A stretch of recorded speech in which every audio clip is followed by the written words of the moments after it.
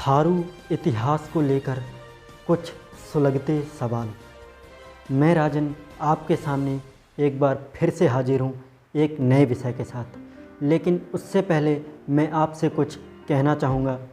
आपने हमारे YouTube channel Tharu समाचार को खूब सराहा है, इसके लिए मैं आपको धन्यवाद देना चाहूँगा।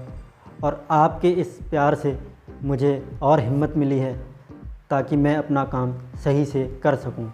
ऐसे ही आपके लिए मैं रोचक वीडियो लाता रहूँगा अपने सीमित संसाधनों के साथ।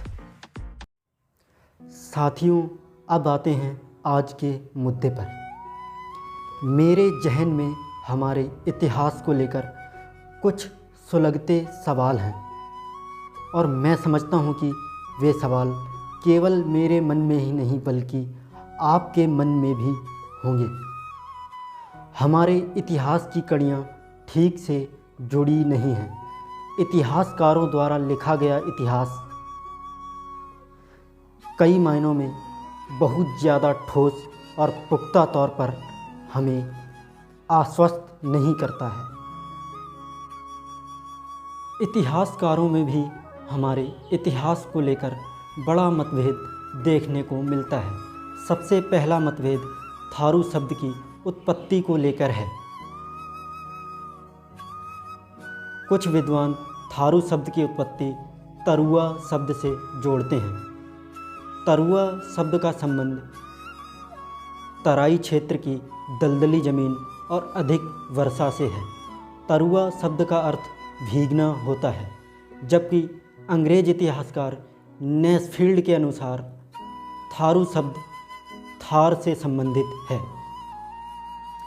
अंग्रेज इतिहासकार क्रुक ने हमारे इतिहास के बारे में जो लिखा है उस पर कितनी सच्चाई है, ये बहुत बड़ा सवाल है। क्रुक के अनुसार थारू और दारू शब्द एक ही है। उसने थारू शब्द को दारू शब्द से जोड़ा है। उसका मानना है कि हम लोग यानी कि थारू दारू बहुत पीते थे, इसलिए उन्हें थारू कहा गया।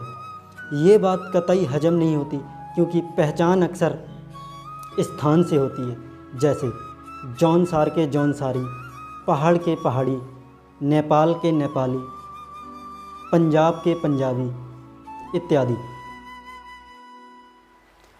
आपने कभी नहीं सुना होगा कि किसी समाज को उनकी गलत आदतों की वजह से पहचान मिली हो।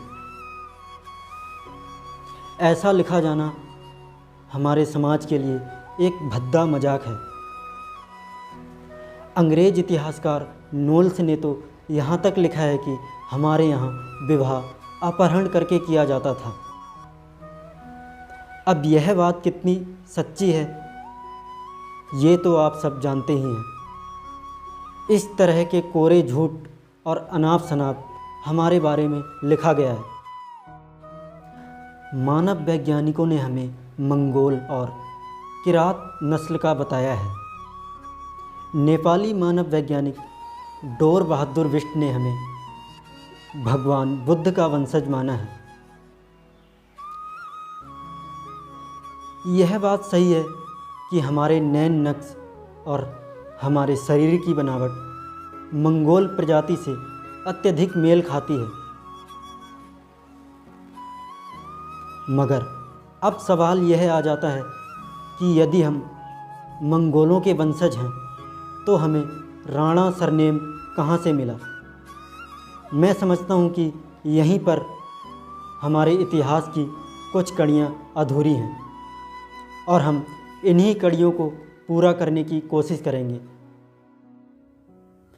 और हम अपने ही समाज के बुद्धिजीवियों से बात करेंगे ताकि हमारे इतिहास की सही तस्वीर हमारे समाज के सामने पेश हो सके। इसी नोट पर आपसे मैं विदा लेता हूँ, लेकिन जाते जाते दो पंक्तियाँ कहना चाहूँगा कि उसूलों पे आँच आए तो टकराना ज़रूरी है और ज़िंदा हो तो ज़िंदा नज़र आना ज़रूरी है।